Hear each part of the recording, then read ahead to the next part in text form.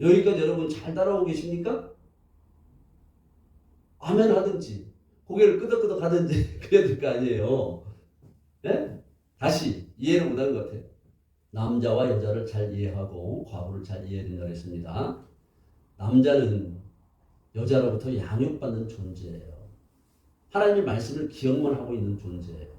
그래서 남자는 기억만 하고 있고 이걸 적용하지 않는 거예요. 그러니까 하나님이 여자를 통해서 적용하도록 가르쳐 주는 그런 것을 말하는 거예요. 그렇기 때문에 창세기 3장에 보면 여자가 뱀이라고 번역된 나우시, 뱀이 아니에요. 나하시, 경험으로 배운 자예요. 나우시가 준 것을 먹잖아요. 여자가 먼저 먹잖아요. 경험만 보고 아는 거예요. 그래서 그것을 남자에게 주는 거예요. 남자를 양육하는 존재를 여자라고 하는 거예요. 그런데 이 과부도 여자란 말이죠. 근데 과부는 묶여있다. 말을 해야 될 거 아니에요. 설명해야 될 거 아니에요. 양육하려고 그러면. 아기를 몸 안에 잉태한 여인들이 아기를 양육할 때 음식도 좋은 거 먹지만 어떤 정서라든지 어떤 지식도 막 가르쳐 주잖아요. 아가야, 오늘 잘 잤니? 잘 활동하고 있어? 태동을 또 느끼잖아요. 그리고 좋은 책도 읽어줘요. 우리 믿음의 사람들은 성경책을 많이 읽어주죠. 참 좋은 거예요. 제가 직장 생활할 때 자기 부인은 그 막내 딸을 낳았는데 잉태했을 때 클래식 음악을 많이 들려줬대요. 그런데 애가 태어났는데 음악에 대해서 이런 감각이 뛰어나더래요. 그래서 음악 쪽으로 가는 거예요. 이렇게 들려주는 거예요. 설명해주고 막 그러는 거예요. 여자는. 그래서 남자를 완성시키는 존재로 나오는 거예요. 이 여자와 남자는 나라는 한 사람, 여러분 각 사람 안에 있는 그런 존재를 이야기합니다. 생물학적인 육체의 남자와 여자만 생각하면 안 돼요. 생물학적인 육체의 남자와 여자를 통해서도 이것을 깊이 생각해 보면 깨닫게 돼요. 여인이 남자를 만나서 아기를 잉태하듯이 똑같은 거예요. 하나님을 만나면, 하나님의 말씀을 받으면 내가 그 말씀을 잉태하는 거예요. 기억만 하고 있으면 안 돼요. 그래서 기억하는 존재. 기억하는 존재 남자예요. 기억만 하고 있으면 아무것도 안 이루어져요. 남자만 있으면 안 이루어지잖아요. 여자가 있어야 잉태를 하죠. 그래서 여자가 양육을 하잖아요. 아기를. 이거 똑같은 거예요.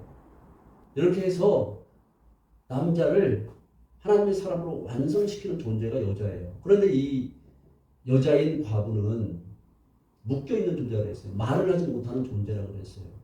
말을 해서 양육을 해야 되는데 양육을 못하고 있는 거예요. 왜?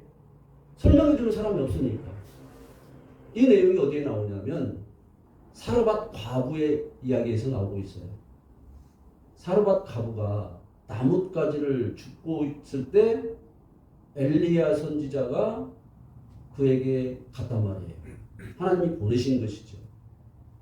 근데 나무를 줍고 있다는 말은 밥을 해서 먹기 위해서 땔감을 마련하기 위해 나무를 줍고 있었던 것이 아니라 설명해 줄 수 있는 그것을 찾고 있었던 거예요. 그러니까 그런 사람에게 설명해 줄 수 있는 엘리야를 보내는 거예요. 나무라는 것은 설명하다 이런 뜻이에요. 줍다라고 번역된 말은 찾다라는 말도 있어요. 줍다, 찾다 이런 말이 있어요. 그러니까 설명해 줄 걸 찾고 있는 거예요. 누가 나에게 이 말씀이 안 풀리는데 어떻게 하나님의 생명으로 살아나지 못하는데 나에게 설명할 사람이, 설명해 줄 사람이 누가 있을까? 찾고 있었던 거예요. 그러니까 그런 사람에게 하나님이 그런 사람을 보내주시는 거예요. 여러분은 그런 과부의 심정이 되어본 적이 있습니까? 하나님의 말씀을 몰라가지고 이 말씀을 나에게 설명 좀 해주십시오.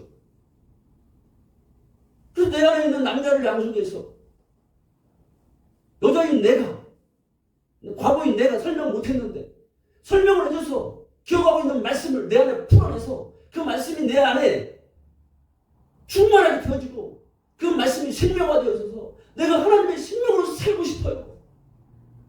이런 과부의 그런 심정이 되어본 적이 있느냐고 제가 물은 거예요. 근데 이 과부가 제외됐단 말이죠. 공급되는 것으로부터. 어떤 거? 생명의 양식이라고 그랬어요.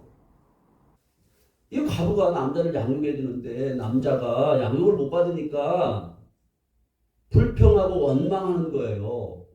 과부들이 지금 원문 우리의 개역개정 성경으로 번역된 것을 그대로 보면 구제에 빠졌다 그러잖아요. 그러니까 먹을 것을 안 주니까 먹을 것이 없으니까 대신 헬라파 남자들이 과부들이 직접 못하고 헬라파 남자들이 사도들에게 원망을 하는 그렇게 이해할 수밖에 없도록 번역이 되어 있잖아요. 여자가 남자를 양육해야 되는데 양육을 못 받은 상태가 되는 거예요. 그러니까 원망이 생기는 거예요. 원망이라는 말은 룬이라는 말인데 유숙하다 이런 뜻이에요. 하나님의 법을 받아들여서 익힌 거기에 살고 있어야 되는데 거기에 살지 못하고 있으니까 원망이 일어나는 거예요. 자, 로마서 12장 13절 제가 읽겠습니다. 성도들의 쓸 것을 공급하며 손 대접하기를 힘쓰라. 여기에서는 손 대접하기를 힘쓰라 했어요. 손님을 대접하기를. 그리고 어떤 곳에서는 나그네 이런 것과 연관돼서 번역이 되고 있어요. 이 어근을 보면 아라흔데 길을 걷다, 여인의 길을 걷다 이런 뜻이에요. 그러니까 생명길을 걷게 하는 이것을 받지 못했다 이런 뜻이에요. 그러니까 생명의 양식을 받지 못했다 이런 말이에요. 생명의 양식을 받지 못하니까 불평, 원망이 일어나는 거예요. 우리가 불평하고 원망하는 일이 왜 일어납니까? 우리 삶을 되돌아보면 저도 그래요. 어떤 때는 상황이 거의 99.9% 동일한 상황이에요. 그런데 어떤 때는 그런 동일한 상황에서 화를 낼 때가 있고 어떤 때는 화를 내지 않고 담담하게 여유 있게 그 동일한 상황을 내가 잘 이끌어갈 때가 있어요. 그럴 때 보면 내 마음이 거칠어질 때가 있고 그러지 않고 하나님과 함께하며 말씀으로 충만해 있고 이럴 때 잘 담담하고 그것을 관조하면서 그 모든 것들을 잘 리드해 나갈 때가 있어요. 그런데 내 마음이 메마르고 거칠고 황폐할 때가 있어요. 이런 때는 거의 동일한 상황에서 그냥 그 어떤 상황이 오면 거기에 내가 이끌려서 완전히 넘어가 버리는 그런 때가 많이 있어요. 내가 생명길을 걷지 않으면 원망할 수밖에 없는 거예요. 아라운은 길이에요, 길. 생명의 빛을 비추는 길을 걷게 하는 이 양식을 받지 못했다. 그러니까 원망이 일어났다 이런 얘기예요. 우리가 삶에서 생명의 양식을 공급받지 못하면 빛이 비추지 않으니까 어둠의 길을 걸어가는 거예요. 그러니까 불평하고 원망하고 살 수밖에 없는 거예요. 아멘. 시청해 주셔서 감사합니다. 구독과 좋아요, 공유는 복음을 확장하는 통로입니다. 함께 전파 선교사가 되어 주세요.